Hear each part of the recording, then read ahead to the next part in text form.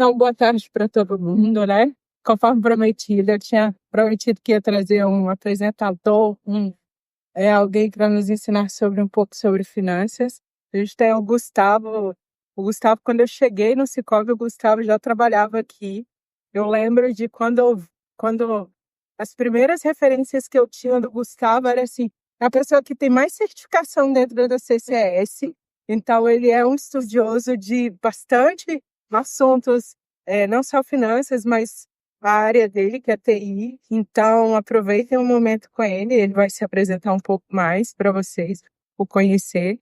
Mas aproveita o que ele trouxe hoje para a gente sobre finanças. Espero que vocês gostem. Eu trouxe um papelzinho para todo mundo, quem puder deixar o feedback para ele ao final. Eu trouxe papel porque às vezes a gente fala, mas eu gostaria que ele tivesse algo escrito da gente, tá bom? Nossa, isso é muito legal. Bom, pessoal, eu trouxe um tema que não é TI, às vezes TI é legal, mas para alguns é chato. Mas finanças eu acho que todo mundo é mais preocupado, mais aderente. É um prazer estar aqui, eu acho que vai se divertir muito aí nesses próximos minutos. Bom, falando um pouco sobre mim, apesar de trabalhar com TI, minha graduação não é TI. Eu sou graduado em administração de empresas na UNB. Que?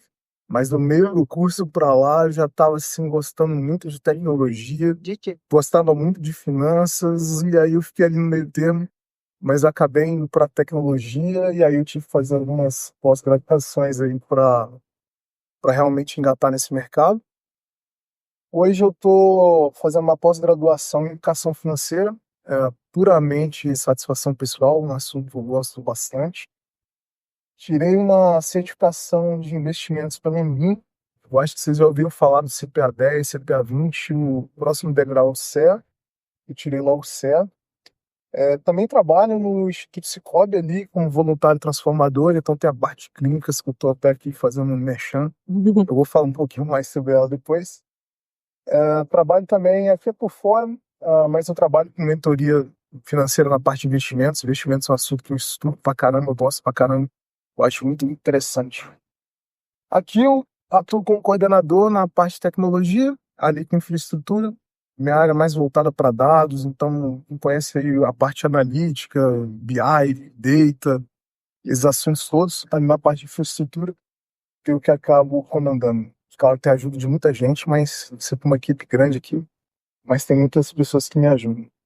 Fora daqui, sou casado, tenho 2 filhas, por óbvio, pai. Discoteca, não sei, acho que tem um ou outro, a Neuza eu tenho certeza, mas eu deve ter recebido uma playlist aí com umas músicas, não sei se ela gosta, mas eu tô te mandando. Então, lá, né, é um hobby que eu tinha de adolescência e sigo assim, eu acho que é importante a gente não ter só um trabalho, né? Adoro fazer churrasco, foi uma habilidade que eu adquiri na pandemia, então na pandemia não tinha muito o que fazer, poxa, eu preciso descobrir o que fazer, né? E aí fui desenvolvendo esse hobby, depois da pandemia eu continuei fazendo. Eu gosto de falar que eu não faço churrasco, eu pratico. A gente está sempre treinando.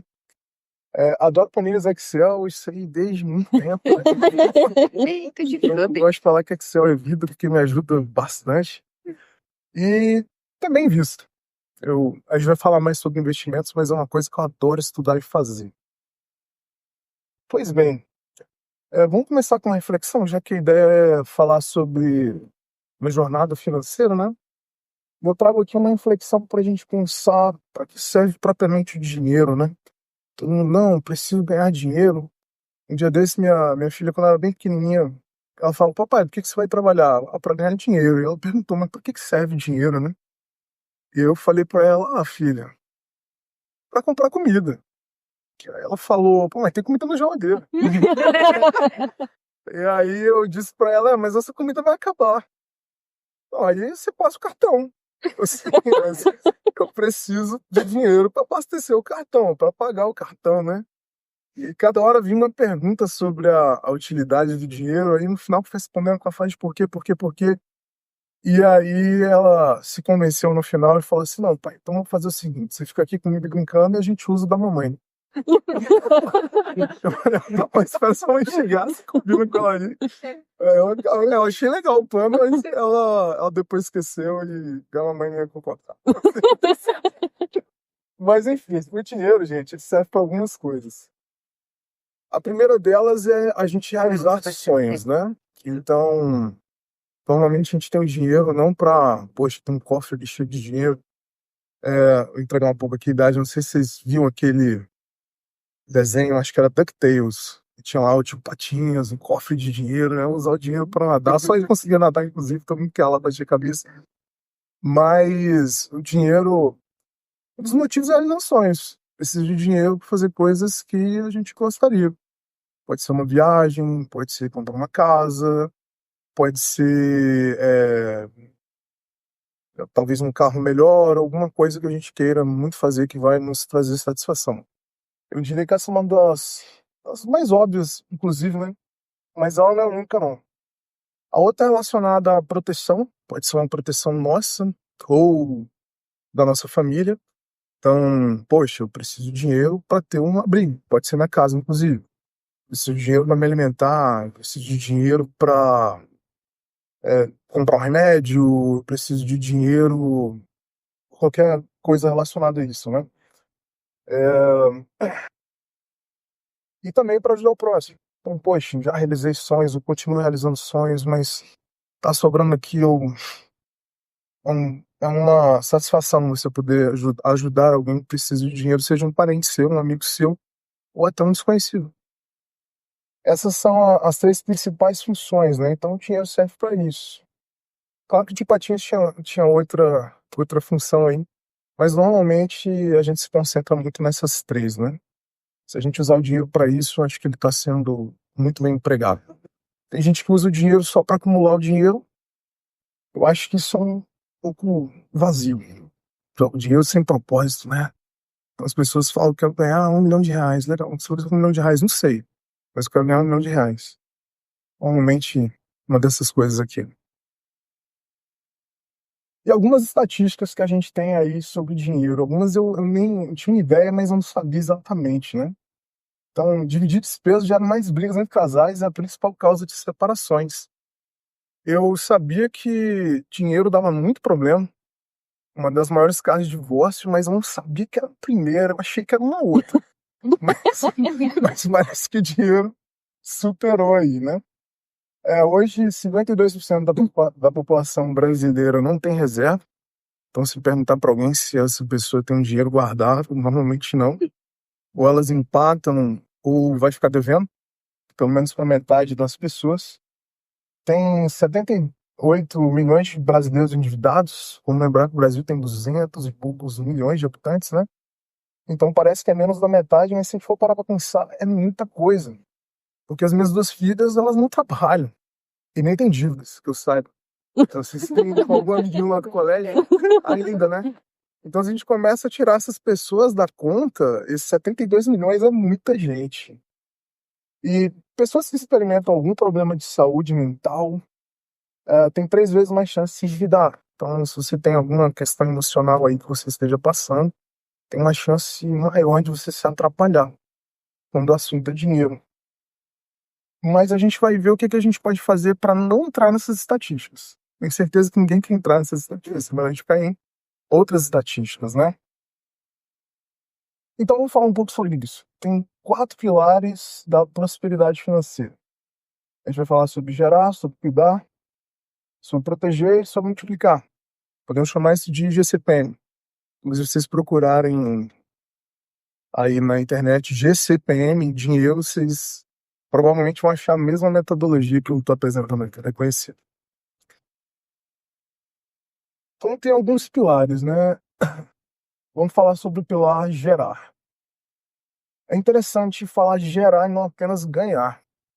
Quando a gente pensa, algum filme vocês já devem ter visto, quando o americano fala let's make money.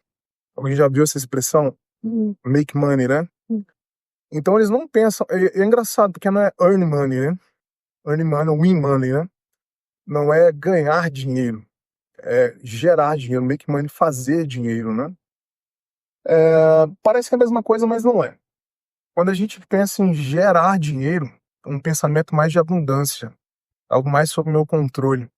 Ganhar lembra mais escassez, né? Eu tô esperando eu ganhar dinheiro para alguém me dar dinheiro, né? E a gente prefere usar a palavra gerar. Eu acho ela muito mais positiva. E por que a gente precisa gerar dinheiro? Às vezes urgências, poxa, eu tive um problema aqui, nossa, vou ter que dar um jeito de conseguir esse dinheiro, seja agora, ou eu tô vendo um problema mais à frente que vai se formar, né? Realizar sonhos, às vezes uma necessidade de mudança. Olha, tá acontecendo umas coisas aí, pode ser um casamento, pode ser uma mudança profissional que vai acontecer, ou alguma outra coisa nessa linha, e aí vai demandar que eu gere mais dinheiro para isso. Normalmente, quando a gente começa a trabalhar, eu diria que é as fases que a gente mais consegue gerar dinheiro, né? Às vezes, eu tinha emprego de menor aprendiz, eu me destaquei, fui para um estagiário, eu me destaquei, fui para um analista, aí eu era analista júnior, depois fui o pleno, depois o sênior, e depois foi o coordenador, depois o gerente, superintendente, diretor. Então, a gente está sempre galgando esses degraus. Depois, um tempo, começa a ficar mais difícil, mas tem que seguir firme, né? Vamos seguir aí no gerar, porque para ter prosperidade, a gente tem que gerar. A gente não consegue seguir a jornada se a gente não estiver gerando dinheiro. E de onde, no que se traduz essa geração, né? A nossa renda disponível. Aquilo que a gente gera, fica pra gente. A renda, eu vou dividir ela aqui em alguns componentes. A gente tem a nossa renda principal. No caso de todo mundo que está aqui, eu me incluo. Provavelmente todo mundo é CLT. Então, nossa renda principal vai ser o salário. Alguns podem ser empresários ou empreendedores, né? Tem um pequeno negócio e a gente vai ter um prolabore.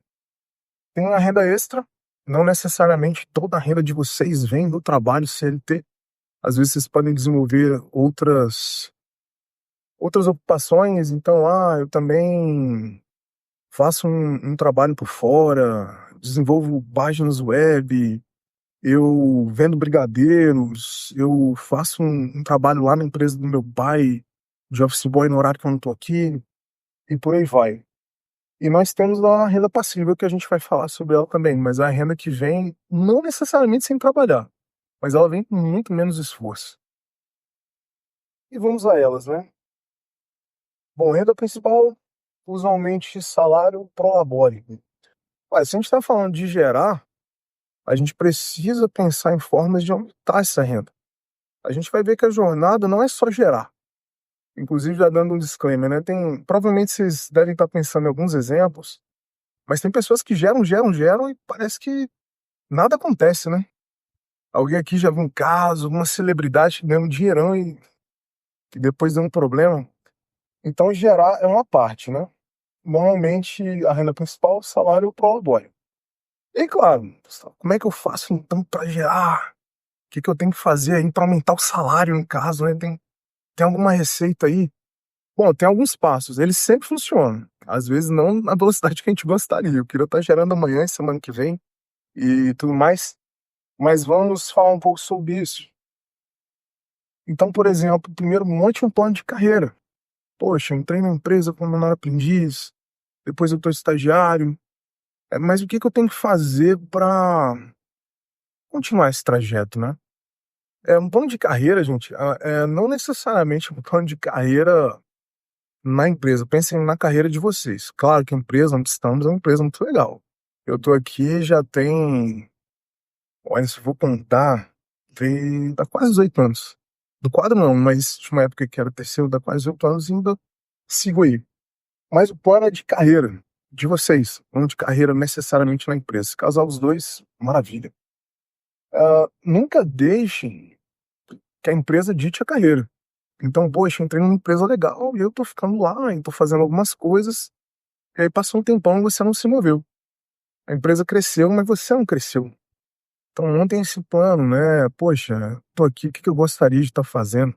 Que competências eu gostaria de trabalhar? O que eu preciso desenvolver para alcançar essas competências? Porque senão, de fato, o tempo vai passar e você fica ali meio estagnado. Você tornar-se referência. Então aqui duas referências. A Anitta e o Vini Júnior, não é por causa da Virgínia, não é por causa das músicas, não é sobre isso, né? Inclusive, eu não sou tão fã assim das músicas da Anitta, mas eu tenho que reconhecer que ela é uma pessoa genial. Então, quando você olha, inclusive ela era estagiária de administração. E aí ela, poxa, eu acho que canto funk legal, e não sei o quê, começou a cantar, fez um estágio na Petrobras, se eu não me engano, largou o estágio, começou lá na Furacão 2000, e aí teve uma pessoa que tirou ela de lá, fez o show das Poderosas, depois brigou com essa pessoa, mas hoje ela é extremamente bem-sucedida. Eu não consigo imaginar um artista nacional da atualidade que tem mais projeção do que a Anitta, mesmo que eu não simpatize tanto assim com as músicas. E o Vini Júnior ganhou o Bola de Ouro. Eu não sei se tá sendo Covidinho. Mas... eu também especulo e ainda não confirmamos, né? Mas eles são referências. Provavelmente não conheço exatamente a história do Vini Júnior, mas eu tenho certeza que ele não nasceu sendo Vini Júnior e nem veio de uma família que deu todas as condições já ganhas assim para ele se tornar quem ele é hoje. E como a gente traz isso para o trabalho, né? Poxa, às vezes tem uma determinada habilidade que eu tenho, eu desenvolvo ela bem, mas vamos tornar isso melhor, vamos estudar mais. Aí o meu colega do lado sabe que eu desenvolvo ela bem, mas daqui a pouco o meu superior sabe que eu desenvolvo ela bem. E daqui a pouco a empresa inteira sabe que eu desenvolvo ela bem. Então começo a virar uma referência. Ok, vira uma referência para a equipe, vira uma referência para a área, vira uma referência para a empresa. Mas eu posso, em determinado momento, virar uma referência para além disso. Olha, tem um cara lá da empresa tal que, nossa, ele é muito bom. Eu nem trabalho com ele, porque ele é da outra empresa, mas ele é muito bom. Ele pode se tornar uma referência nacional ou até internacional. Por exemplo, referências nacionais, eu gosto de pensar no esporte, a gente tem o Bernardinho, né? Técnico de vôlei lá, todo mundo, nossa, aquele cara lá, ele pegou a seleção, ganhou não sei quantas vezes a Superliga na masculina. Tem o Leandro Carnal, que, nossa, parece o Leandro Carnal, e ele é um professor de história. Acho que a graduação dele é história, se não me engano. Cortella é filósofo. E os caras são referência naquilo. Então busca tornar essa referência. Entrega resultados. Não adianta só você ter muito estudo e não entregar resultados. Então já vi gente, enquanto a minha vida de gestor, Gustavo, tirei aqui um monte de certificação, estudei, tenho aqui diploma, eu gostaria de pleitear um aumento de salário. Poxa, eu vou dizer pra essa pessoa que o resultado dela não mudou só porque ela estudou um bocado, né? A gente tem que casar essas coisas, né? E procure oportunidades. Vamos procurar oportunidades na área, vamos procurar oportunidades da área, vamos procurar oportunidades na empresa. Mas vamos atrás delas, depois que a gente seguir esse roteiro. E quem seguir esse roteiro, gente, ele é infalível. Ele pode até não vir no tempo que a gente queria, mas eu não conheço ninguém que fez isso aqui e deu errado. Todo mundo que fez, funcionou. Se for Prolabore, bom, o jeito de aumentar o Prolabore é se a empresa melhorar, né? A empresa melhorar, aumente as vendas. Como é que aumenta as vendas? Estratégia, propaganda, diversifique produtos. Então, poxa, eu acho que... Vocês já repararam que às vezes a gente vai... Farmácia não é tão comum, mas tem também. Que a gente vai numa farmácia procurar um remédio. E quando a gente chega no caixa, tem doce, um Trident, um chocolate. É uma estratégia de diversificação. A gente não foi lá para comprar chocolate. Ninguém vai na farmácia pensando em comprar chocolate. A gente comprar chocolate, a gente vai na padaria. Ou numa loja de chocolates, né? Mas está lá, ela diversificou, aumentou a venda. Procure diferenciais. Alguns produtos a gente encontra em qualquer lugar. Mas o diferencial nem sempre é preço. Também muitas vezes é o atendimento. É a forma de entrega, o tempo. E por aí vai. E reduz custos. Também, eu já escutei essa frase, o custo é igual unha, a gente tem que cortar sempre, né? Que a gente corta, ele volta. Então, vamos procurar sempre reduzir custos para quem é empresário. Mas, claro, isso aqui serve para a gente em corporativo também. Mas para quem é empresário, é interessante reduzir custos, porque aí sobra mais se dá para pegar um prolabore maior. Bom, renda extra. Renda extra, uma renda adicional àquilo que a gente faz. E quando a gente pensa numa renda extra, tem, eu diria, duas abordagens, né? Uma abordagem vertical é você ficar melhor naquilo que você já faz. Isso serve para a renda principal também. Então vamos imaginar Vou pegar um exemplo pessoal meu. Gosto muito de Excel. Eu estudei bastante Excel, tive uma certificação em Excel, mas era uma versão mais antiga. E depois eu fiquei meio largado. Não, é aquilo, não estudei mais. E quando eu fui estudar ele de novo, eu vi que, nossa, mudou, já evoluiu um monte de coisa. E aí eu continuei estudando, né? Vamos reaprender aqui. E comecei a fazer umas planilhas mais diferentes. E tem um grupo lá que eu faço parte. Uma vez eu compartilhei uma planilha lá de atendimentos, o pessoal achou a planilha espetacular. Eles começaram a me demandar mais planilhas. Eu disse, pô, Gustavo, você não quer fazer uma planilha assim, assado, tipo bago? Eu até vendi algumas, então travaram um tempo danado, mas deu certo, achei bacana. Eu já uso Excel no meu trabalho. Como gestor, eu já tenho que fazer um monte de coisa. Qual gestor não tem Excel, né? Não tem jeito. Então, uma abordagem vertical seria, olha, fique melhor ainda no Excel para você se desenvolver e, de repente, comercializar ou usar essa sua habilidade para gerar uma renda extra. E tem também uma abordagem mais horizontal. Uma abordagem horizontal é quando você desenvolve uma habilidade que não está diretamente relacionada ao seu ofício. Então vamos imaginar, por exemplo, você está falando de comida ali, né? Poxa, olha só, eu gosto bastante de Excel, mas também gosto de cozinhar. Então vamos começar a trabalhar com isso aqui e fazer disso uma renda extra. Vamos começar a fazer pratos ou marmitas, e aí acaba que aquilo vira renda extra. Mas meu ofício principal não tem a ver com comida, porque na área de TI. Mas se a gente for pensar do lado, de uma maneira horizontal, aquilo lá pode ser muito interessante. E aqui eu gosto de falar que entendedores entenderão. Eu não sei se fez parte aí da vida de alguns, mas esse camarada aqui. Alguém viu esse desenho? Sim. Pois é. Quando a gente começa a ver o desenho, a gente pega o Rock Lee. Ele é o cara mais zoado, bulinado, todo mundo. Nossa, esse cara não consegue nem fazer jutsu. Não, é um inútil isso aí. Como é que você quer ser um ninja sem fazer jutsu, né? E ele também tem jutsu, então, pô, esse jutsu já era difícil, porque ninjutsu então. Mas ele era muito bom no taijutsu.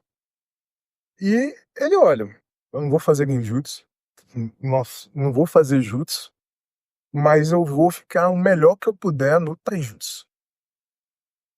É uma abordagem vertical. Cara, ficou tão bom, tão bom, tão bom. E quem viu o Naruto Shippuden, lá pro final ele foi muito decisivo. É uma abordagem vertical, né? Ó, esquece o resto, não ficar muito bom nisso que eu já sou bom. E já o Tanjiro é uma abordagem, tudo bem que ele é top. Inclusive tem um filme aí que vai... Eu não sei se já inaugurou, mas tá pra inaugurar, tem que ver também. Meu filho que me apresentou esse desenho, eu achei legal. Mas o Tanjiro, ele começa treinando a respiração da água. Então ele vai lá com, acho que é Tomioka, né? E vai ensinando e ele consegue fazer todas as respirações, quase todas. Tem uma, não lembro se era a décima, tem uma lá, ou a 11ª, tem uma que ele ainda não tinha aprendido. Mas ele começa na água. E depois a gente vai vendo o anime e ele, legal, mas deixa eu aprender um pouquinho aqui o fogo, né? Então é uma abordagem horizontal. Ele vai se horizontalizando, né? No caso do Tandy, eu gosto de pensar que é uma área, né? Ele sobe vertical, sobe horizontal, vai se expandindo ali. Mas o exemplo é mais de desenvolver habilidades laterais, considerando que a água deveria ser o principal dele, né? Pra gente ver que não é bem assim. Renda passiva. Renda passiva é aquela que não vem do trabalho diário. Quer dizer que não dá algum tipo de trabalho. Mas a renda principal, a gente tem que estar no trabalho todos os dias para produzir aquela renda. A passiva não. Ela inverte um pouco a lógica do tempo, de dinheiro e tempo.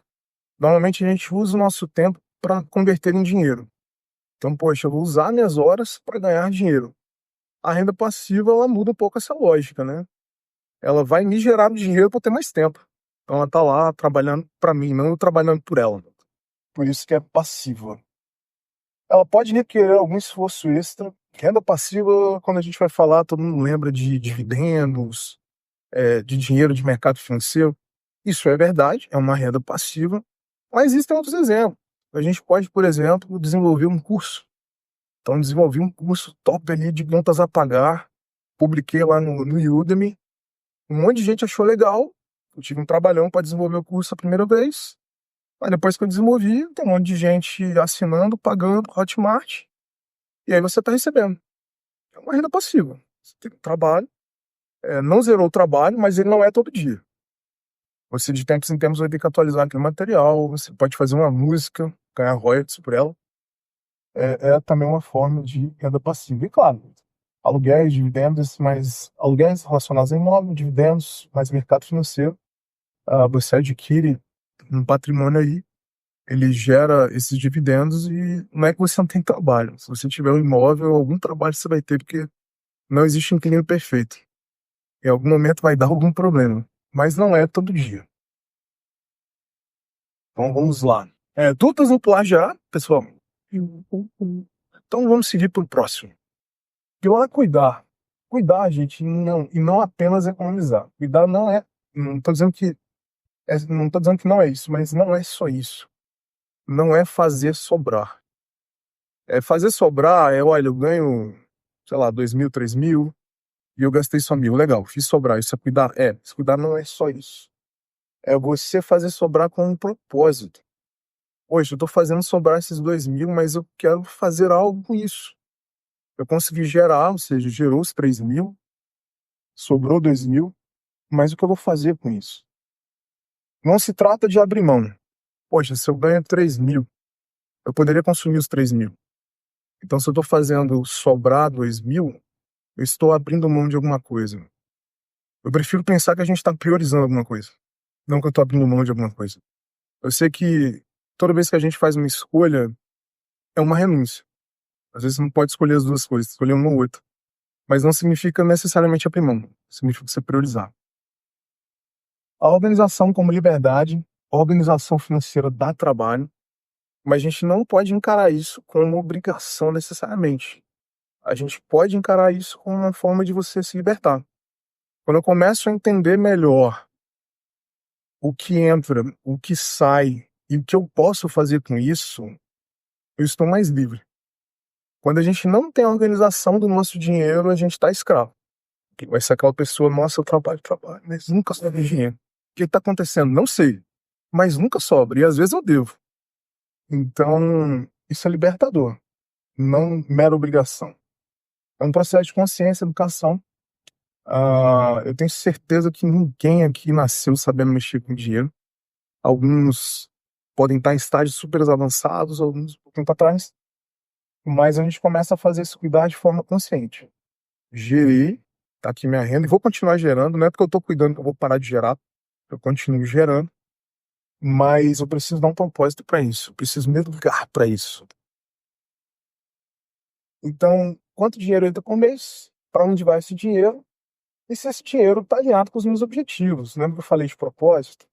Poxa, eu fiz sobrar 2.000. O que eu vou fazer com esses 2.000? O que eu gostaria de realizar? Onde eu gostaria de estar? Vamos pegar esses 2.000 e mover rumo a esse objetivo, né? E como é que a gente pode fazer para organizar as contas? Bom, dá para fazer enquanto só disso daí, acho que ainda falta tempo. Então, é bastante coisa. Mas vamos seguir uma receita aqui. Diagnóstico, estruturação e controle, alguns passos básicos. Eu tenho uma live sobre isso, depois eu coloco aí. Tem uma planilhinha também para quem quiser usar. Lá eu falo mais, mas aqui eu vou ter que ser muito compacto, né? Então, diagnóstico, gente. Levantar eventos para quem. Vocês não precisam dizer se é com vocês ou não, pode ser com um amigo de vocês, mas para quem tem mais estaca zero, assim, nossa, que bagunça que tá minha vida. Não é ninguém aqui que vocês são contas a pagar. Essa é uma bagunça que tá minha vida, né? Bom, primeiro a gente começa essa parte de diagnóstico. Como é que eu faço o diagnóstico? Cara, vamos pegar e levantar tudo que entra, tudo que sai. Extrato bancário, cartão de crédito.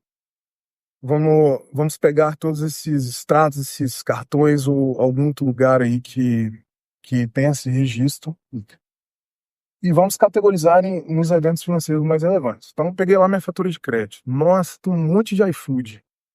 Legal, eu gasto muito dinheiro no iFood, sem fazer juízo de valor, que é o levantamento. Então, eu preciso ver quanto que eu gasto de iFood. Aí eu peguei lá no mesmo extrato e vi que tem um monte de Uber. Nossa, eu uso muito Uber. Então vamos começar a controlar aqui tudo que eu estou gastando de dinheiro. A receita normalmente é tão fácil de controlar porque é só um registro por mês. Mas, se vocês tiverem renda extra ou alguma outra coisa, se for autônomo, por exemplo, né? Se vocês têm algum amigo autônomo aí, vamos começar a tomar nota disso. E vão ter alguns gastos que talvez a gente, poxa, nem lembrava de gastar dinheiro com isso aqui. Tem uma assinatura perdida aqui que eu tinha esquecido, mas como eu não controlava nada, vamos então levantar esses eventos financeiros mais relevantes, aqueles que aparecem muito, ou aqueles que até quase não aparecem, mas têm um valor muito expressivo. Isso vai dar uma ideia, um diagnóstico, para onde está indo o dinheiro. E por que a palavra diagnóstico? Porque é igual quando a gente vai no médico. Eu chego lá no médico, eu tô com dor. Tudo que eu queria é sair daqui sem dor. Mas o médico, por melhor que ele seja, ele, poxa, tem como sumir com a sua dor aqui. Só se eu te matar. aí a dor acaba. Mas não tem, ele não vai fazer isso. Não tem como sumir com a dor sem eu pegar um pouco mais sobre você. Essa dor, quando que ela apareceu? Sempre existe? Onde que é a dor? Ela acontece em determinados momentos do dia ou é toda hora? Você está sentindo dor ininterrupto? Tem alguma coisa que você faz que a dor piora? Tem alguma coisa que você faz que a dor melhora? Mais ou menos isso aqui, só que de um ponto de vista das nossas finanças. Depois vamos estruturar. A gente fez aqueles levantamentos do que aparece com mais frequência. A gente vai fazer um plano de contas baseado muito naquilo, mas pode ter algumas outras coisas que a gente gostaria de controlar que a gente não pegou necessariamente ali naquele extrato. Principalmente quando é uma coisa que não vem todo mês. A gente vai pegar o extrato dos 3 últimos meses, mas tem um boleto lá de matrícula da faculdade que é de janeiro. Poxa, ela não tá aí porque eu peguei os últimos 3 meses, mas é algo que eu preciso controlar. E aí a gente vai fazer o que as empresas fazem. Elas estruturam um plano de contas, que tem categorias e subcategorias. E se dá certo com as empresas, pode dar certo com a gente. Eu diria até que dá certo com a gente. Então a gente define esse plano, aqui um exemplo de plano, né? Tem aqui as despesas fixas, variáveis, as fixas tensas aqui, as variáveis tensas aqui. Não precisa ser exatamente esse plano, ele é tudo flexível. Tem que ser um plano que faça sentido para você. E esse é o problema de muitas planilhas prontas. Às vezes a gente põe esse planilha sensacional, mas ela controla um monte de coisa que eu não quero controlar. Tem um monte de coisa que eu quero controlar que eu não controlo. Então esse plano é muito personalizado, né? Objetivos e metas. Então, um exemplo, poxa, se eu ganho 3 mil, desses 3 mil, quanto que eu vou gastar com essas despesas todas, né? É claro que o diagnóstico vai me ajudar, porque ele vai ter vários gastos que já foram feitos, mas eu preciso estruturar isso aí. Então, olha, moradia, tô pretendendo gastar X, Y, Z, e essa é a meta. Estipular um método de frequência e atualização. Então, com que frequência eu vou lançar isso nos meus controles? Pode ser uma planilha? Pode ser uma planilha. Pode ser um app? Pode ser um app. Pode ser o caderninho. O caderninho é melhor do que um nada. Mas o caderninho não soma. Então, você pode usar o caderninho para anotar, mas depois você tem que levar para um outro lugar. Uma dica de ouro que eu dou é: crie um grupo no WhatsApp com você mesmo e anote lá seus gastos. Aí você manda para você. Ninguém vai ver, inclusive. Só você, eu acho. Só você. E aí, poxa, não tô podendo abrir a planilha aqui. Anota lá quando você chegar em casa, pega o WhatsApp. Ou, dependendo, copia e cola pro programa de sua preferência e por aí vai. Eu diria que a parte de situação é isso aí. E por fim, controle. A parte de registro e estruturação, gente, tem que ser diariamente. Se você faz um lançamento, então hoje eu fui ali na lanchonete ali na frente, na hora.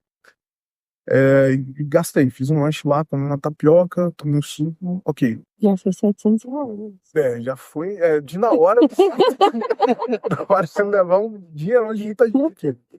Mas se a gente vai na lanchonete e eu tomo uma tapioca e um suco, e eu deixo pra passar isso pra uma planilha ou colocar no app daqui a 10 dias, eu não vou mais lembrar o que foi. Tem um Pix, Pix também, Pix é terrível, porque você vai ali no açaí, é um açaí. Isso aqui. Mas quando você faz o Pix, é o nome da dona do açaí. Uhum. Aí depois você vai ver esse Pix, pra quem que foi? Ah, foi pra Dona Maria, sei lá o quê. Eu não fiz. Não, você não fica em dúvida, né? Sabe? Eu não lembro. Então você não vai mais lembrar pra quem que foi. Agora, se eu anotar no dia, às vezes até no dia esquece. Mas se eu anotar ali no dia, tem uma chance enorme, quase 100% ou 100% de lembrar, né? Já o controle não, pessoal. Vocês podem ir lançando. Tem uma meta, né? A gente coloca lá, olha, lanche. Imaginar que eu quero controlar lanches. A minha meta de controle de lanches, ela é, sei lá, R$300 por mês. Bacana. A cada lanche que eu lançar, eu preciso ver como é que tá a meta? Não. Isso provoca ansiedade. Fiz um post, não, agora sim. Aí depois no outro dia, caramba, a meta, não precisa ser assim. A gente pode fazer esse controle, o controle, não é o registro. A gente pode fazer esse controle semanal, pode fazer ele mensal. Não vale anual, pessoal. É muita coisa. Então, idealmente, semanal, semanal, quinzenal vai, mensal ali no limite vai também. O problema de você verificar o controle mensal é que às vezes você vai descobrir no final do mês que deu um problema. Então, eu diria que semanal, quinzenal vão funcionar bem. Quem quiser fazer diário, tudo bem, mas eu não recomendo. Aí acaba ficando estressante, né? Você não vai controlar em nada, né? Vou falar isso aqui. Tá aqui um exemplo. Inclusive a planilha que eu fiz na live. Eu mostro esse controle. Então, moradia, a meta aqui, passou um pouquinho. Transporte aqui, a pessoa que anda muito de Uber. Gastos pessoais já ficou abaixo. Férias e viagens abaixo. Alimentação praticamente empatado. A saúde, eu não sei se ele comprou menos remédios, se ele não tá pagando academia. Mas, enfim, a gente pega essas coisas do controle, né? Idealmente era pra tudo ficar igual. Aí você, poxa, mas o que aconteceu? O controle é pra dar esse estalo.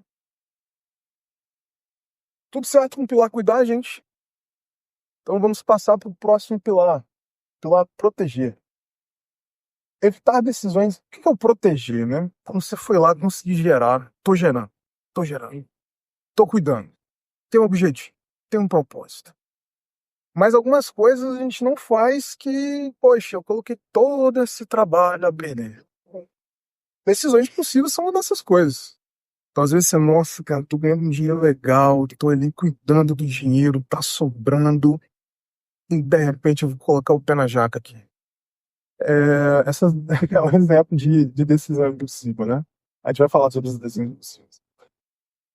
Começou a sobrar, montem uma reserva financeira. Também vamos explicar, é claro, todo mundo aqui deve saber, porque a reserva financeira é importante, mas vou trazer alguns pontos só para a gente reforçar, ou talvez vocês não tenham pensado sobre isso. Seguros e documentações, vamos falar. Backup, vamos falar também. Mas vamos lá, reações possíveis. Somos humanos, não somos robôs. Alguns talvez. A grande maioria não. Então a gente tem emoção, pessoal. Existe gatilho, existe padrão familiar. Então, poxa, tô numa tristeza, eu vou fazer aquela terapia de compras no shopping. Nossa, precisa de uma terapia eficiente. A compras no shopping. Eu não conheci ninguém que foi no shopping fazer compra e ficou triste. Durante a compra. Depois, né? Depois da compra. Hã? Não, aí dá tristeza. Mas assim, a terapia funciona. Na alegria, na Coca-Cola. Não é exatamente. Chegar em casa, né? Não, é muito legal. O problema é que a terapia é muito cara. Pois. Mas assim, nossa, eu não queria pagar R$200 pra psicólogo, mas olha o dinheiro que eu gastei no shopping. Então, cuidado, gente. Eu entendo. Às vezes a gente tá passando por um problema. Mas tratar problemas emocionais com dinheiro não costuma ser uma boa ideia. Porque o dinheiro não resolve o problema emocional. Ele atenua, ele resolve a consequência, né? Aquela tristeza que você está sentindo ali. Mas ele não resolve o problema da tristeza, que pode ser outro, qualquer. Tem um parente doente, terminei um relacionamento, ou qualquer outro motivo. Da mesma maneira, tem emoções de alegria. Nossa, tô feliz. Vamos tomar todas. Aí, pô, gastamos um dinheirão e quando a gente toma todos, a gente se transforma em outra pessoa que pode gastar mais ainda. Então, cuidado com essas emoções, gente. Emoções, problemas emocionais não são resolvidos com dinheiro. Dinheiro só oculta os sintomas por um curto período de tempo. Mas a conta vem. Então, o ideal é a gente tratar isso. Existem gatilhos. Então, nossa, tô super bem, mas aconteceu uma situação lá que eu não entendo bem, mas ela disparou um gatilho que acabou fazendo eu gastar mais dinheiro. Então, a gente precisa se conhecer para prevenir esses gatilhos aí. Padrões familiares. Então, padrões familiares são complicados, porque muitos padrões familiares foram desenvolvidos quando a gente era muito novo. Então, a gente nem lembra deles, inclusive, mas eles estão no nosso subconsciente, agindo sobre nós, agindo sobre nossas ações, determinando nossas decisões. Então, por exemplo, poxa, quando eu era pequeno, estudava numa escola pública e não tem nada de errado em estudar em escola pública. Mas eu era alguém que tinha condições, tinha menos condições. E eu morava num bairro e depois eu me destaquei e eu ganhei uma bolsa. E aí a bolsa era num colégio assim, top, top, top. Mas o colégio só tinha gente rica. Tá, vamos ser gente rica. Vamos lá pro colégio super mega top, porque o ensino é super mega top. Em relação ao meu exemplo, tá? Aquela escola pública que não era super mega top. Mas aí eu cheguei nesse lugar, todos os amiguinhos tinham tênis pra cada dia da escola. Eu só tinha um tênis pro ano inteiro. A história não é real não, viu, gente? Não é minha. Essa história é real, mas não aconteceu comigo. Eu depois vou contar o final da história. E aquilo causava uma angústia, né? Poxa, cara, todos os meus amiguinhos têm um bando de tênis, eu tô com tênis aqui, eu já tô acostumado, o tênis rasgou, mas não tem como comprar o tênis. Essa história de um executivo. E aí um dia um consultor financeiro foi visitar esse executivo. Ele nem tava com problema financeiro, não. Mas era amigo dele, foi visitar esse executivo. E entrou lá no quarto do executivo, lá no closet. E o closet tinha 1000 pares de sapatos. Eu era executivo, não é sapatos femininos, sandálias não, gente. Era 1000 pares de sapatos lá, toda a coleção, Nike Crocs, todos Adidas e tudo mais. E eu considero assim, cara, se você usar cada par de sapato pra ir pra academia, vai dar 3 anos e você ainda não repetiu. Porque é muito sapato. E aí ele, poxa, mas você tá gastando dinheirão com sapato.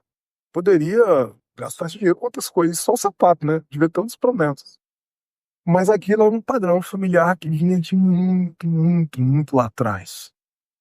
Que não foi tratado. Aí eles me bocou aí nessa reação. Tem um rapaz que trabalha na minha equipe, eu não posso falar quem é, mas ele se casou. E a noiva dele, hoje esposa, né? Ele foi lá na casa dela e tinha assim 10 vidros de shampoo no banheiro, né? Aí ele, nossa, será que vai caber isso tudo? Só 10 vidros de shampoo aqui. E ele achou, pô, mas 10? Não, tô levando 10, porque se acabar. São 10 vidros de shampoo. Acho que se acabar, eles vão acabar juntos. Se acabar assim, vai dar tempo de ir lá na farmácia comprar mais um pouquinho, né? Não, mas tem lá. E aí a gente tava conversando sobre isso. Eu falei, olha, eu nem conheço a sua noiva, mas vamos fazer um teste aqui. Eu aposto que quando ela era criança, quase não devia ter shampoo na casa dela e ela queria muito lavar o cabelo com shampoo e quase não tinha shampoo. Ele falou, caramba, Gustavo, era isso mesmo. Pois é, ela desenvolveu um padrão de escassez. Culpa dela? Não, não é culpa dela. Mas desenvolveu isso muito pequeno. Às vezes era pequenininha e, poxa, eu queria lavar shampoo e a mãe dela podia falar, não, isso não dá dinheiro. Vai com sabão, mas acabou o sabão. E aí a gente às vezes tem esses padrões, né? Por isso que é importante a gente se conhecer e combater isso aqui, porque senão a gente faz um trabalho com dinheiro e de repente tem um gatilho ali nos sabotando e aquele trabalho é comprometido. Reserva financeira, gente. Reserva financeira nós temos imprevistos. Então se a gente tem uma reserva, a gente consegue resolver esses imprevistos. Então vamos imaginar, poxa, bati meu carro. Ah, mas tem seguro. Mas a franquia não é de graça. Eu preciso pagar a franquia. Poxa, mas eu não tenho dinheiro para pagar a franquia. O que eu vou fazer? Eu vou me endividar. E aí, por mais que você pegue aí um crédito consignado, aí 1,8%, 2%, é um juro que você está pagando. É um dinheiro que ele está saindo do cuidar, né? Então, se eu tenho a reserva, não. Ok, vamos lá pagar a franquia e vamos repor a reserva. Também, se eu for só tirando da reserva, tirando, ela acaba também. Então, é importante ter reserva financeira para imprevistos. A gente chama isso de reserva de emergência. Eu gosto mais do termo reserva financeira porque não é só emergência. Transições. Então, poxa, eu tô aqui, me graduei, queria fazer um mestrado em outra cidade, até em outro país. Ou até ganhar uma bolsa. Poxa, Gustavo, você ganha uma bolsa aí para fazer um mestrado, sei lá em Harvard. O que aconteceu? Mas não apareceu ainda essa bolsa, não. A massa que apareceu lá em casa são as bolsas ali da Torre de TV, mas a do Harvard não chegou para mim ainda não. Mas eu não tenho esse dinheiro, não tenho a bolsa. Eu preciso viver lá. Pô, se eu tivesse esse dinheiro, eu poderia fazer essa transição profissional, de repente achar um emprego lá, ou de repente eu quero mudar de atividade, ou fazer churrasco, não mais bexiga. Eu tenho, inclusive tem gente, tem um cara, churrasqueadas, né? Tem um cara famosão no YouTube, eu quero competir com churrasqueadas. Mas Gustavo, a gente falar no início, você não vai ganhar o que o cara de churrasqueadas ganha, então você vai precisar de uma reserva para poder fazer essa transição de carreira. E também tem a oportunidade. Oportunidade, eu gosto de dar um exemplo. Ele acontece no ramo da educação, seja ensino médio ou universidade. Mas vamos imaginar o seguinte: você chega lá na universidade e a parcela da universidade é, sei lá, R$ 500. Você chega lá, R$ 500, R$ 500, R$ 500. Até quando não tem aula, R$ 500, divide certinho em 12 meses. Então dá R$ 6.000. Mas vamos imaginar que você tem dinheiro. Aí você chega lá, o cara da universidade quer pagar à vista agora em janeiro. Quanto? Eu topo pagar R$ 4.500. Às vezes o cara vai topar. Poxa, se a universidade aceita R$ 4.500, significa que eu já recebi. Quando tiver os inadimplentes lá no meio do caminho, eu tenho essa reserva. Então, às vezes, o cara topa. Só que se a parcela era 500, R$ 4.500 dá 9 parcelas. Você economizou 3 parcelas. Mas a gente só pode fazer isso se tiver reserva de oportunidade. Ou, às vezes, apareceu uma grande oportunidade de você comprar algo que você queria muito. Um instrumento musical, um carro, ou até um apartamento ali, que alguém precisa vender para ontem. Poxa, eu queria tanto. Um negócio fantástico, mas eu não tenho esse dinheiro. Então é importante a gente montar a reserva financeira para oportunidades. Seguros e documentações. Plano de saúde, gente. Tem que ter plano de saúde. Às vezes não dá para ser o que a gente queria, mas tem que ter algum plano. Se a gente tiver um problema e for para uma UTI, nossa. Aí você gerou um monte de dinheiro. Cuidou de um monte de dinheiro. Protegeu, fez nenhuma besteira das anteriores. Aí se você teve um problema, foi pra UTI. Ela vai levar todo o dinheiro que você juntou e você ainda vai sair devendo. Aí vai ter que chamar os seus familiares, a gente fazer uma vaquinha ali para dar conta do hospital. Então, plano de saúde tem que ter. Eu já vi gente que eu entendo, mas não, eu vou deixar de pagar o plano de saúde para fazer investimento. Legal, quando você estiver bem, vai dar tudo certo. Aí, quando der algo errado, vai dinheiro no investimento e vai mais. Para quem tem carro, a gente até fala seguro de carro, menos vocês têm a Ferrari, quem tem Ferrari não faz seguro. Tem um influencer aí, gato preto, né? Bateu num poste, aquele patamar lá não tem seguro não, porque ninguém rouba um poste, né? Roubou o poste, pô, tu sabe que é aquele poste lá. Mas como não é o caso da maioria, seguro de carro tem que ter, tem até a frasezinha, né? A gente tem o seguro de carro para não usar, mas quando dá um problema é tão bom ter seguro de carro. Seguro residencial tem que ter também. Muitas vezes a gente bem nem sabe. Mas muitas vezes a gente não sabe que tem também. Às vezes está embutido, às vezes foi diluído no condomínio, a gente não está sabendo, mas poxa, imagina só se pega fogo na sua casa. Você tem nada, nada. Você já perdeu a casa, já vai ser uma tristeza imensa, uma coisa lá que não vai ser recuperada. Mas não tem nenhuma reparação. Então, tem que ter. Tem seguro de vida. Seguro de vida normalmente não é bem a gente que usufrui, né? Porque na maioria dos seguros de vida isso é usado depois que a gente morre. Mas vamos pensar nos que vão ficar depois que a gente partir, né? Pode ser um filho ou uma mãe. Então, às vezes, um filho ou uma filha que é a pessoa que contribui muito com a renda familiar. Às vezes, para ter um filho que ganha mais do que a mãe. E aí, se ele se for, vai dar um problema familiar. Se tiver um seguro, ajuda bastante. E se for uma mãe que provê o sustento dos filhos, se ela se for, os filhos não vão ficar sem nada. Isso aqui pode ajudar muita coisa. O tempo não vai permitir, mas tem seguro de saúde. Seguro de saúde não é a mesma coisa que plano de saúde, são complementares. Se eu ficar doente, tive que ir para UTI, o plano de saúde cobre minha UTI. Mas ele não cobre o salário que eu vou deixar de ganhar enquanto eu estou no UTI. O seguro de saúde faz isso. Documentações. Poxa, fechei um negócio aqui, foi de boca, nem lembro onde eu guardei o contrato, depois um problema lá na frente, aí eu não tinha um contrato. Eu vou ter um problema financeiro por conta disso. Ou, caramba, tava tudo certo pra eu conseguir aquela bolsa que eu tava falando, mas aí tinha um diploma lá de graduação que eu nem lembro onde eu coloquei pra não guardar essas coisas. Nossa, vai dar um dinheirão pra eu conseguir esse diploma novamente. Então, ter essas documentações é importante. Bom, backup. Alguém aí já perdeu um celular que não tinha backup?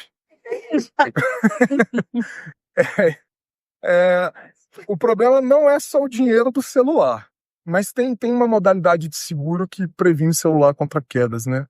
Algumas instituições negociam isso aí. O problema é o que tava lá. Nossa, aquelas mensagens do WhatsApp, aquelas fotos. Poxa.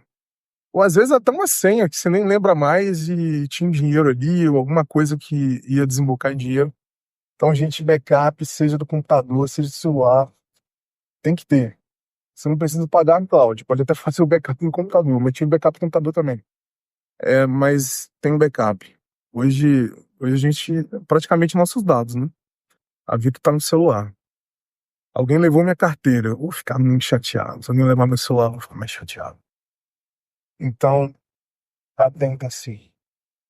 Tranquilo pro lado proteger, pessoal? Estamos chegando no último. Bom, multiplicar. Multiplicar tem muito a ver com investimento. Então, multiplicar, ele permite que a gente tenha mais tempo e mais dinheiro. Claro, a gente tem que gerar. Dinheiro não é geração espontânea. A gente precisa gerar o dinheiro. Mas multiplicar é transformar aquele dinheiro em mais. E se a gente tem mais dinheiro, no futuro a gente pode ter mais tempo. A gente multiplica para manter o poder de compra. Então, a gente estava falando ali do na hora. Acho que 2018, não vou lembrar exatamente. O pão de queijo lá era R$ 2. Hoje é 3,50. Então, assim, poxa, quase dobrou, né? Se eu não invisto, se eu não multiplico, legal, cara. Você agora tá gastando mais dinheiro com pão de queijo. Viver possibilidades, não limites. Quando você consegue ter mais, você escolhe o que você quer fazer. Você escolhe o que você quer fazer com base no que você quer. Não com base no limite financeiro que te impõe aquilo ali. Então é viver mais possibilidades e menos limites. Realizar sonhos de maneira sustentável. Eu tenho um sonho de ter um carro novo. Beleza. Vai lá, financia o carro em parcelas super caras, ou vou realizar esse sonho. Mas se eu fizer dessa maneira, talvez eu me limite em outros sonhos que eu queria ter. Talvez eu fique mais no limite, menos nas possibilidades. Mas a partir do momento em que eu uso o dinheiro que eu gerei, eu cuido, eu protejo, eu multiplico, eu consigo realizar mais sonhos de maneira sustentável. Use os juros a seu favor. Quando a gente deve, os juros estão contra nós, eles são poderosíssimos. Experimenta dever um cheque especial aí para você ver o tanto que é rápido. E quando a gente está do outro lado, não é tão rápido quanto o cheque especial, mas a gente usa ele para nos ajudar, não para nos prejudicar. Multiplicar envolve estratégia e consciência, gente. A gente vê no imaginário popular, muitas vezes, eu vi um filme lá que teve um cara que começou a fazer umas operações lá na bolsa e ele ficou ricão. Ou um cara que, não sei se vocês viram aquele filme Quebrando a Banca, né? Do de poker, o Lobo de Wall Street e tudo mais. Olha, até acho que acontece aquilo ali, mas aquilo não é replicável. Aquilo não é uma estratégia que vai funcionar para todo mundo. E multiplicar não tem a ver com você ir lá e, às vezes, algumas pessoas falam isso no mercado financeiro. A bolsa é um cassino, né? Você colocar o dinheiro, pode ser que dê certo, pode ser que dê errado. Para alguém ganhar, outro tem que perder. Não, não é isso. Embora muitos filmes coloquem isso como sendo dessa maneira. Mas é um processo de estratégia e consciência. Investir envolve estratégia e consciência. Por onde começar? Bom, para a gente investir, é bom ter os pilares anteriores firmes. Quer dizer então que eu só posso investir depois que eu estiver gerando muito, cuidando bem, protegendo tudo, aí eu posso investir? Não, gente. Não necessariamente. Os pilares a gente explica assim uma ordem, mas eles vão ocorrendo simultaneamente. Não é porque eu estou protegendo que eu estou deixando de gerar. Continuar trabalhando em gerar. Não é porque eu estou cuidando, eu vou deixar de multiplicar. Mas por que eu coloco firmes? Porque talvez não faça sentido você começar a fazer investimentos com uma dívida no cartão de crédito. Poxa, uma dívida no cartão de crédito está ali entre o cuidar e o proteger, você não resolveu isso. Então, cuidar e proteger não estão tão firmes assim. Preciso ter eles mais firmes para pensar em investimento. Eu vou pensar em investimento, mas eu não tenho nem plano de saúde, e tem 3 dependentes. Olha, talvez não seja uma boa você investir, porque se são 3, se for eu mais 3, qualquer um que der problema, inclusive eu, pode levar o dinheiro dos investimentos. Então aquele pilar de proteção não está tão firme assim. Mas eu vou começar a trabalhar em investimentos. Poxa, mas será que não seria melhor você pegar esse dinheiro e se capacitar para o seu pilar gerar, ficar ainda mais forte e aumentar a sua remuneração? Talvez isso dê mais retorno para os investimentos. Então, pense nisso também. Pilares firmes. Bate-se primeiro, dinheiro cai na conta, tira essa parte para investir. Inclusive, reserva de emergência, reserva de oportunidade, transição, elas requerem investimentos. Se você só pegar o dinheiro da reserva e botar no colchão na conta corrente, eles não vão multiplicar. O que eu pago esse primeiro? O dinheiro caiu, essa parte aqui vai para investir. Eu não posso investir o que sobra. Eu tenho que gastar o que sobra. Então caiu o dinheiro, invisto, o que sobra eu gasto. Eu não posso cair o dinheiro, gasto, o que sobra eu invisto. Você não acha que eu não vou investir? Ou vou investir menos do que eu gastaria? Estude. Não tem que fazer um mestrado, um doutorado em mercado financeiro para começar a investir. Mas a gente tem que investir naquilo que a gente conhece. Então, criptomoedas é legal? É, mas você conhece? Não, não invista. Porque se der um problema, você não vai saber o que fazer. Bolsa de valores é legal? É, mas você conhece? Não, então não invista. Tem um problema, você não vai saber o que fazer. Às vezes você vai fazer a coisa errada. Então estude minimamente. Conheça seu perfil, não vou entrar em tantos detalhes, mas tem o perfil conservador, as pessoas que preferem uma rentabilidade menor, mas um risco menor. Tem os mais arrojados que não, eu topo correr mais risco. Tem uma promessa de retorno maior, tem meio termo, né? Seja paciente, investimentos muitas vezes demoram. A gente começa investimento para aposentadoria. Nossa, eu só vou tirar isso na aposentadoria. Vai demorar? Vai, mas vai chegar. Então a gente tem que ser um pouco paciente. Comece mesmo com um pouco. Não tem que ter um dinheirão para investir. Não, gente, a gente não precisa de um dinheirão para investir. Vocês conseguem comprar ações da Petrobras com R$ 30. Vocês podem investir no CDB com R$ 1. Então tem muitos investimentos disponíveis. Tem como. Vamos lá, tá acabando, prometo. O lanche não vai crescer. Mas quando a gente vai falar de investimentos, tem 3 coisas que em todos os investimentos, todos, qualquer um. O mais conservador, o mais arrojado. Mas quando a gente vai falar de investimentos, tem a rentabilidade, todo mundo só olha isso, mas investimento não é só isso. O que é rentabilidade? Rentabilidade é a velocidade com que aquele investimento se multiplica. Então, se eu falo assim, tem um investimento que rende 10% ao ano, ele está indo numa velocidade. Tem um que rende 5% ao ano. Ele está numa velocidade mais devagar. O de 10% ao ano ele vai se multiplicar, ele vai dobrar, triplicar mais rápido do que o de 5, que vai multiplicar mais rápido que o de 2. Mas todos vão perder para o de 20, por exemplo. Então, rentabilidade, a velocidade com que ele se multiplica. A gente não deve olhar investimento só pela rentabilidade, porque tem outros pilares. Um deles é a liquidez. Liquidez é você conseguir transformar aquele investimento em dinheiro. Então, poxa, eu tenho aqui um carro edição colecionador. Posso transformar isso em dinheiro? Posso. Tem gente que vai pagar por aquele carro. Será que eu consigo fazer isso tão rapidamente? Tendo a pensar que não. Ah, mas eu tenho uma aplicação de CDB, RDC na minha conta. Eu tenho uma caixinha do Nubank, um vasinho, não vou lembrar qual a instituição financeira que usa o vasinho, mas eu tenho uma caixinha com um banco.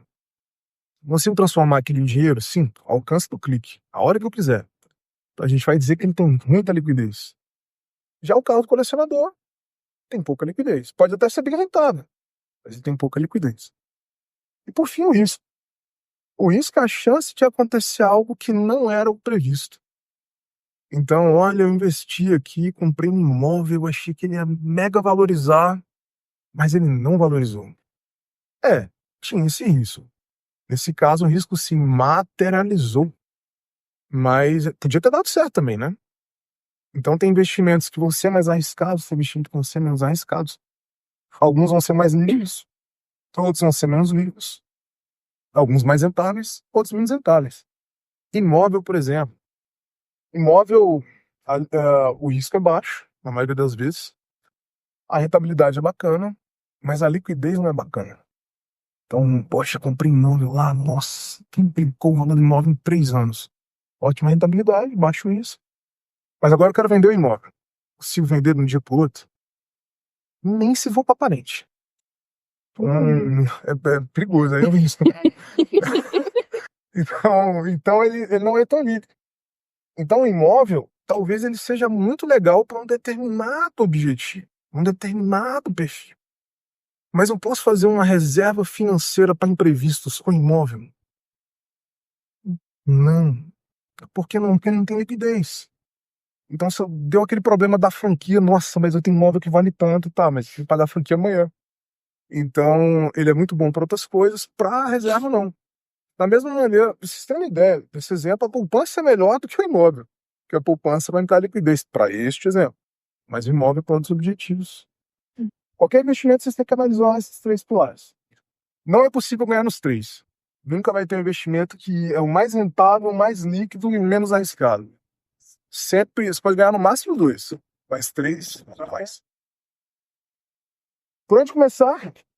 Defina os objetivos a alcançar, o que eu quero fazer com aquilo. Se eu quero, por exemplo, me aposentar, eu não preciso de liquidez, porque minha aposentadoria vai estar lá longe. Mas se eu quero reserva, preciso de liquidez. Quando a gente define o que a gente quer, vai ter um prazo para acontecer aquilo ali. A gente vai ver os investimentos que se encaixam. Investimento outro dia a gente pode falar, porque também é um tempão. Respeite o perfil. Eu sou um perfil mais conservador. Poxa, eu não investi em criptomoeda. Nossa senhora, ataque do coração. Não tô falando criptomoeda também não, eu até gosto. Mas para o perfil conservador é muita emoção.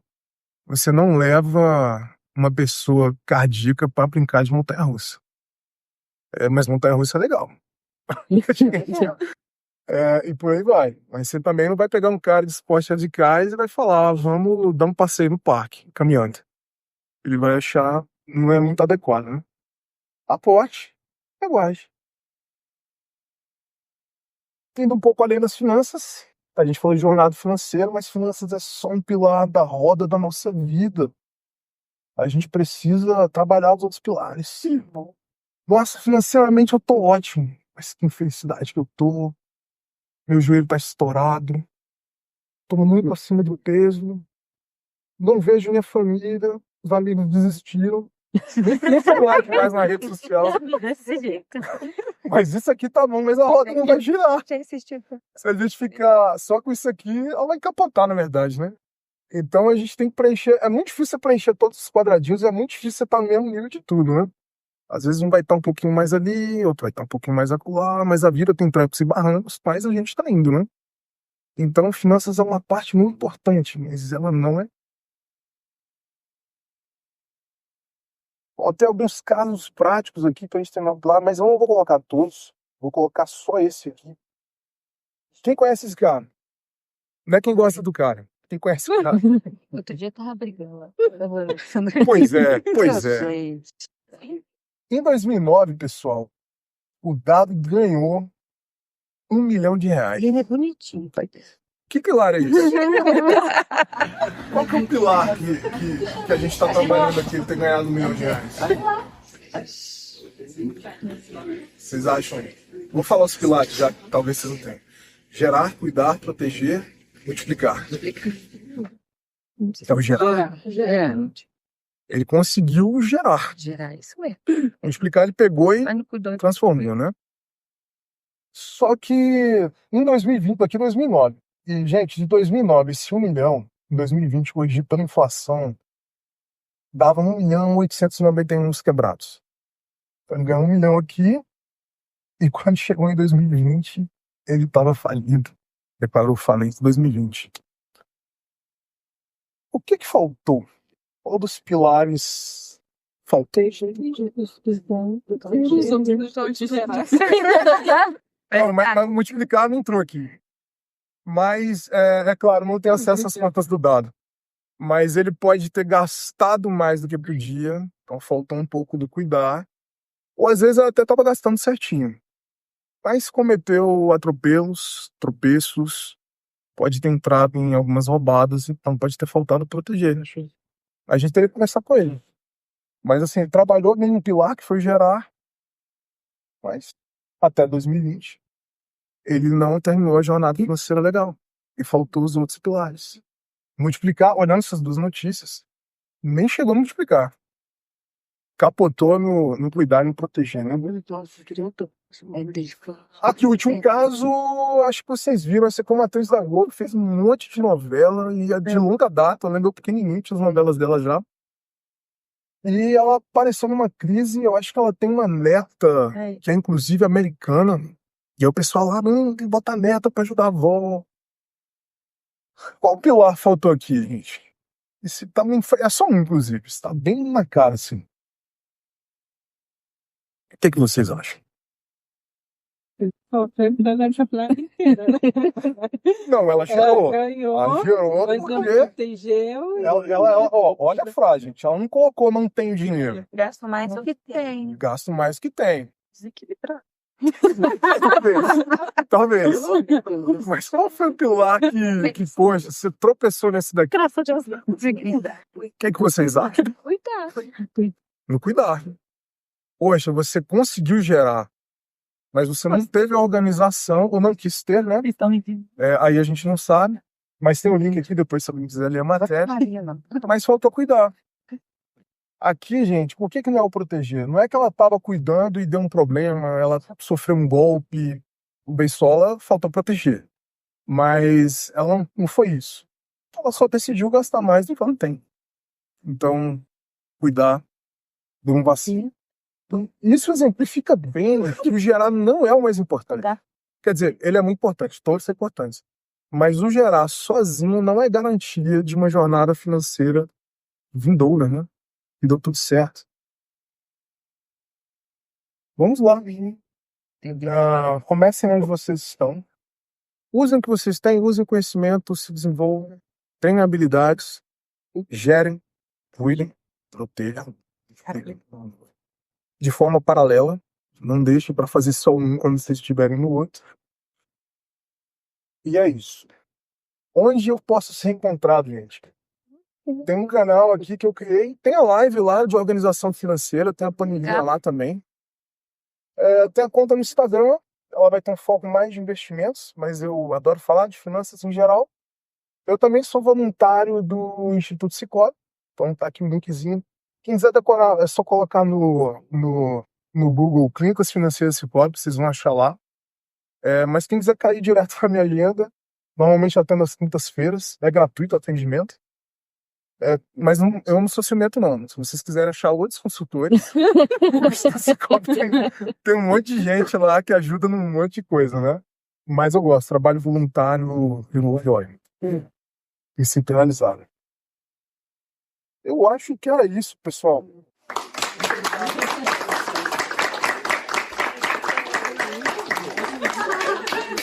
Depois, Gustavo, você manda as planilhas pra gente.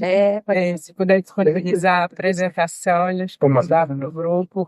Aqui fica o nosso muito obrigado. Acho que é importante para todo mundo. Às vezes a gente está aqui dentro, eu tenho um estagiário que está começando agora, então eu acho que A felicidade dele foi descobrir que ele ia receber 13º. Cara, é legal. O que é isso? Então, eu acho que foi muito válido. Fico, nossa, muito obrigada pela sua disponibilização de tempo de estar aqui com a gente. Esse foi o primeiro, mais para frente a gente chama você de novo. Agora a gente sabe que ele é especialista em Excel, então a gente...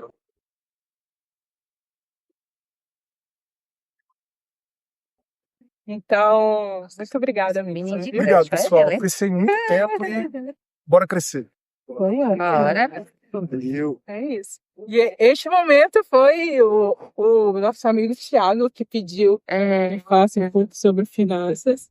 Ele não está aqui hoje, mas agora o Gustavo gravou, a gente foi